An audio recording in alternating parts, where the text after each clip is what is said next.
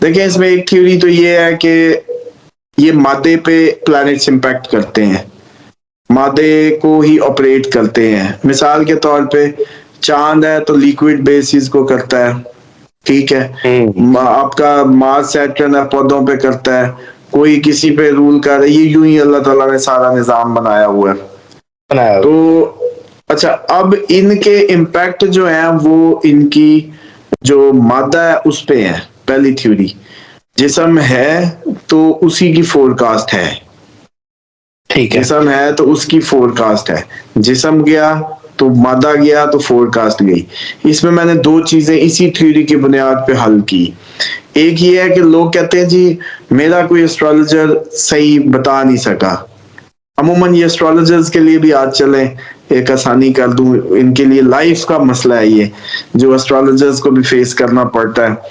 اور میں سمجھتا ہوں کہ ان کو سمجھ نہیں آتی ہوگی، بڑے بڑوں کو بھی، کہ یہ ہم کیا کریں اس کا، کہ بھئی ہم جو بتا رہے ہیں وہ کہہ رہے ہیں نہیں، ہم کہتے ہیں نہیں، وہ کہتا ہے نہیں.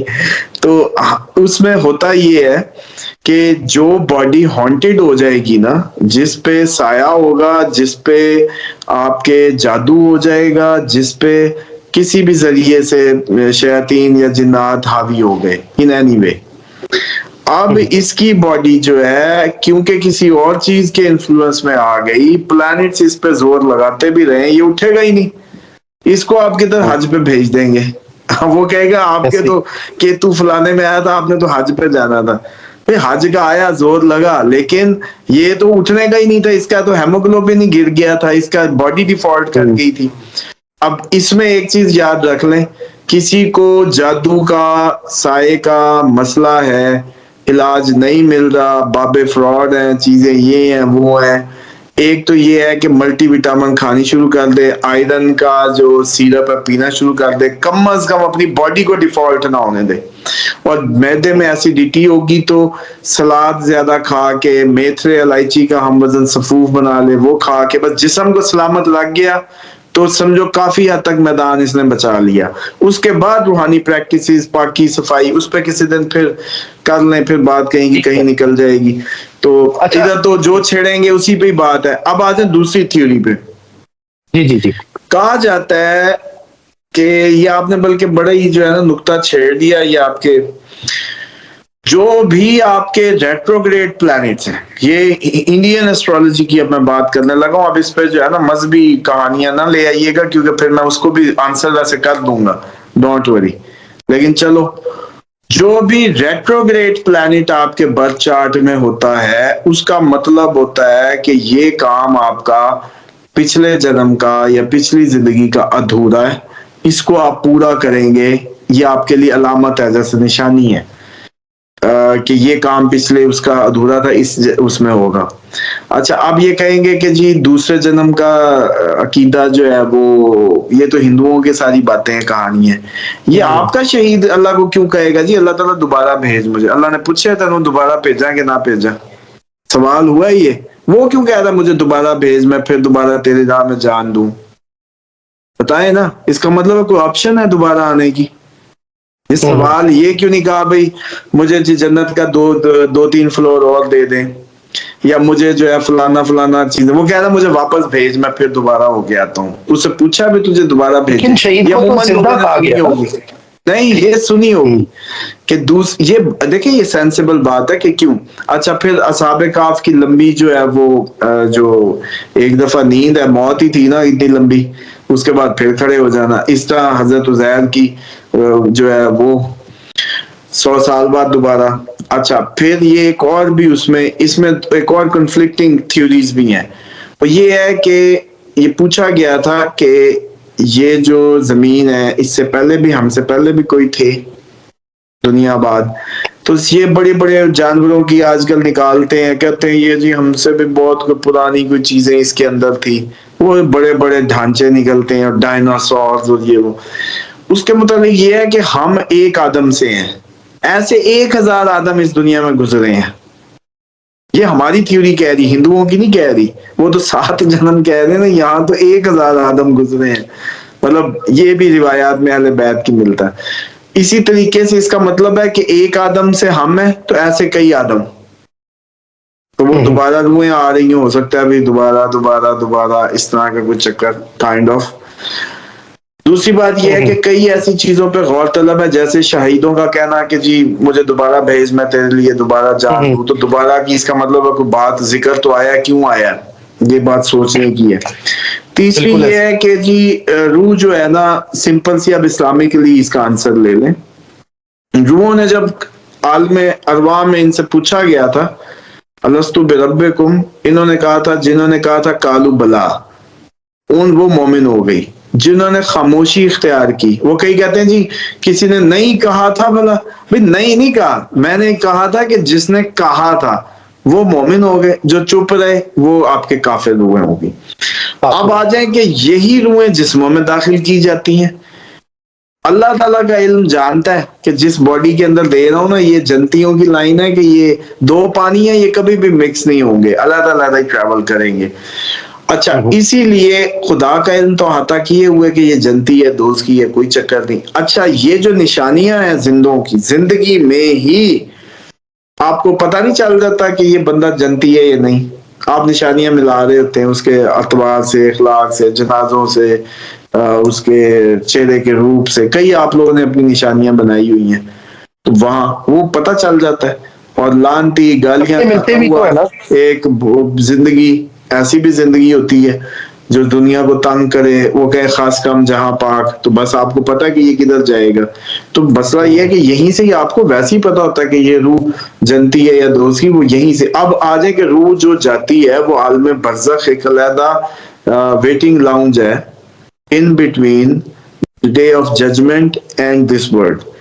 اصل میں انسان یہ سمجھنے سے قاصر ہے. آپ نے چھیڑنا بڑا ہی دقیق ٹاپک دیا، پھر میرا ایسے چھوڑنے کو دل نہیں کر رہا کہ چلو ان کو مل جائے کچھ آج. یہ سارے لیولز جو ہے نا ارتقائی عمل ہیں. جب آپ عالم ارواح میں تھے اس وقت بھی آپ لوگوں کو یہ تھا کہ ہم اب پتہ نہیں کدھر بھیج دیے جائیں گے، کی بنے گا. حالانکہ عالم ارواح میں بھی آپ لوگ موجود تھے نا، موجیں تھی، جو بھی تھا، اب آپ کو یاد نہیں. پھر آپ ماں کے پیٹ میں آئے، آپ کو لگا کہ یہ ایک نیا جہان آ گیا، اس میں بھی آپ کھا پی رہے تھے، ادھر بھی اللہ تعالیٰ نے کیسے غذا کا انتظام کیا. پھر جب اس عالم سے نکلنے لگے آپ نے پھر چیکا رولی ڈال دی کہ یہ لو ہم تو مر گئے، ادھر سے نکلے، اس عالم سے نکلے تو. لیکن آگے آئے تو ایک نیا جہان تھا، اس میں آپ آئے تو اس میں آپ نے لگا کہ اب یہی ہے سب کچھ. پچھلا آپ کو ماں کا پیٹ یاد نہیں رہا، عالم ارواح یاد نہیں رہا، اب یہ ایک جسم مل گیا، روح آپ کی علیحدہ ہی ہے، یہ اس کو باڈی ملتی جا رہی ہے. اچھا، پھر سے یہ باڈی لے لی جائے گی جیسے ویڈیو گیم کی طرح، اس کو ایک مل گیا موقع، اب یہ اوور ہو گیا، جسم گیا، روح تو پھر آگے ٹرانسفارم ہو گئی. اس کو موت تو ہے ہی نہیں، اس کو موت تو ہے ہی نہیں، یہ ٹرانسفارم ہو رہی ہے. اس کو صرف تیاری کا ٹائم ملا ہے، یہ ہمیں ضائع کرتی پھر یہ ٹامک ٹوئیاں مار رہی ہے. اب اس نے پھر رونا ہے جب جانا ہے ادھر سے بھی، اس جہان سے بھی. پہلے ماں کے پیٹ سے روتی آئی، روتا آیا، اب آگے. حالانکہ اس کو آگے نہیں پتا کہ یہ جسم اس کا لباس رہ گیا، آگے یہ پھر عالم برزخ میں چلا گیا. اب وہاں بھی اس کے ساتھ ٹریٹمنٹ جو ہے اس کے مطابق ہوئی، جو یہ پیپر کر کے گیا اس دنیا والا. یہ اس کی تیاری کے دن تھے نا سر، یہ تیاری کرنی تھی، اس نے کی نہیں کی، یہ بھگتے گا عالم برزخ میں. ویٹنگ لاؤنج بہترین، یا ویٹنگ لاؤنج جس میں صبح شام کھلے پہلے ہی شروع ہو جائیں گے، مطلب جو کہتے ہیں نا عذاب قبر. اور یہ حالانکہ باڈی تو ختم ہو گئی ہے، وہاں کیا ہونا ہے، یہ عالم برزخ کی ساری باتیں ہیں. اچھا، اب یہ پھر اس کو آگے جانا ہے. یہ اس عالم کو، عالم برزخ کو بھی ہمیشہ کے لیے سمجھ بیٹھے گا، مجھے ایسا لگتا ہے کہ یہ وہاں بھی ہو سکتا ہے یہ بیہیو کرے، لیکن اس سے آگے جائے گا، پھر دوبارہ اٹھایا جائے گا. آپ جو دوسرا جنم نہ ہو گیا. اچھا ایک بات بتائیں، روحوں نے بھاگنا ہے، اس کو کیا ضرورت ہے جی ہر ایک قبر سے 70 مردے نکل کے کیوں بھاگیں گے؟ چلو بتاؤ، مردے کیوں نکلیں گے؟ وہ تو مٹی میں مل گئی. روحیں تھی، اللہ ویسے بلا لے بھی، آ جاؤ، ایتھے کٹھے ہوئے پے ہوتے، ادھر آ جاؤ. اس کا مطلب ہے دوبارہ جنم ہوگا. یہ جو آپ کو جسموں میں دوبارہ روحیں داخل ہوں گی، یہ مٹی سے دوبارہ اٹھائے جائیں گے. اب سپیڈیں ہوگی ڈے آف ججمنٹ کی طرف. اب وہاں ایک اور دور شروع ہوا، اب آپ نے ایک اور جنم لے لیا ادھر، 2 جنموں کا تو ہم پہنچا دینا. اس کے بعد آپ جب آگے پہنچیں گے ڈے آف ججمنٹ پہ فیصلے ہوں گے، پھر پلسرات، پھر جو اس کی 8 وادیاں ہیں، اس پہ بھی کسی دن پروگرام کریں گے کہ 8 وادیاں کون سی ہیں جو کراس کرنی ہے ہمیں. اچھا، اب بہرحال آخری وادی مجھے اب چلے شارٹ بتا دوں کہ حقوق العباد کی ہے. سارے کام پاس کرتے کرتے کرتے کرتے کرتے آخری وادی جنت اور آپ کے درمیان میں وہ آئے گی جس میں پوچھا جائے گا حقوق العباد، ماں کا حق، باپ کا، ہمسائے کا، دوست کا، معاشرے کا، غریب کا، یتیم کا، مسکین کا. انسانوں کے حق نے ادھر مار دینا ہے آپ کو. آپ 6-7 کراس کر رہے لیول، اور یقین کریں آخری لیول نے آپ کو پھنسا لینا ہے. وہ جنت اور آپ کے درمیان کا ہوگا، اور وہ بندے کے ہاتھ میں ہوگا. خدا نے کہنا وہ بندہ ہی وہ جانے تو جان، یہ پچھلے لیول میرے تھے، وہ میں نے پار کرا دیے. نبی پاک صلی اللہ علیہ وسلم نے بھی جو آپ نے گناہ کیے، گناہ نے کبیرہ، اس میں آپ شفاعت لے گے اگر سچے عاشق رسول ہیں تو. اگر نبی پاک صلی اللہ علیہ وسلم کی محبت حاصل ہے تب گناہان کبیرہ آپ سے سرزد ہو جائیں تو سفارش ہوگی. ایسوں کی نہیں ہونی جن کو نبی کہہ دیں کہ میرا ان سے کوئی تعلق نہیں ہے، تو ان وعیدوں والوں کے لیے نہیں ہوگی یہ سروس جو ہے. تو اب آپ اگلے جہان میں جائیں گے جس کو جنت اور دوزخ کہا گیا. تو یہ آپ کے سارے ارتقائی مراحل ہیں، لیکن آپ ہر جگہ جہاں بھی بھیجے جاتے ہیں وہیں کے ہو کے رہ جاتے ہیں اور قبضے کر لیتے ہیں. نہیں، اس پہ بڑا زبردست اسلامک آج ٹاپک ہمارا اس پہ ہو گیا تقریباً، اور آپ نے بڑا اچھا اس کو بتایا. بلکہ میں ناظرین کو کہوں گا آپ کے جو مائنڈ میں کوئی بھی سوال ہے، یہ بھی ایک ویور کا کوشچن تھا جو میں نے آج ان سے کیا ہے، آپ بھی اپنے حوالے سے کوئی کریں. ہم اسلامک پوائنٹ آف ویو سے بھی اسامہ صاحب کے ساتھ پروگرام نیکسٹ بھی کریں گے. تو ناظرین، آپ کو اگر اچھا لگا ہو تو چینل کو سبسکرائب کریں، بیل آئیکن دبائیں. ملتے ہیں آپ سے اگلی ویڈیو میں ایک نئی کیلکولیشن کے ساتھ. اپنا خیال رکھیے گا. اللہ حافظ.